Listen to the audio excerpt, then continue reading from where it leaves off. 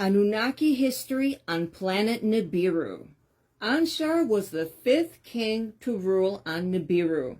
He became king when his mother, Inshargal, the queen, demanded that there be a succession law supreme to all other succession laws called the Law of the Seed, where if a half-sister married a half-brother, that child would rule supreme over all other children, even if they were not the firstborn.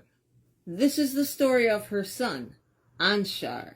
When the laws changed, there was a lot of fighting between all of the princes of Nibiru. There were several. There were a lot of words, but no one took it to the next level of a rebellion. Anshar, as his wife, chose his half-sister, and he gave her the name Kishar. So because of this law, the dynasty kept on going. Unfortunately, during Anshar's rule, the crops kept getting smaller and smaller, creating problems on the planet. Now, this feudal system that they have with the king, he also provided food for all of the people. No one had to pay for their food. No one had to pay for anything. Everything was provided. So the fields got smaller with fewer fruits and grains. The tablet says, from one circuit to the next, the heat got more muscular as they got closer to the sun. Remember, Nibiru does this elliptical orbit around the sun of 3,600 years. Also, it states that the coolness in the faraway home got more biting.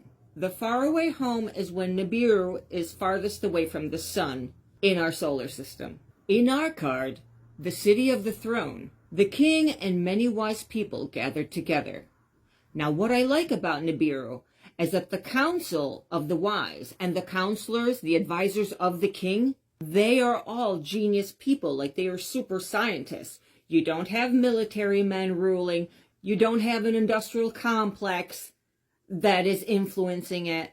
These would be to us as like Nobel Prize winners, super scientists, people that actually do good and are really wise. The geniuses of our time should be the ones counseling our governments.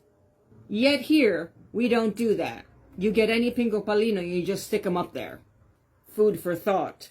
People running the planet should be the smartest ones on the planet, just like Nibiru did. The people with a lot of knowledge were told to ask questions. They looked at the lands and soil and did experiments and tested everything. Then they tried out the rivers and the streams, doing testing on the waters. This situation had happened before. It wasn't the first time, and a lot of people from the past had said that Nibiru had grown.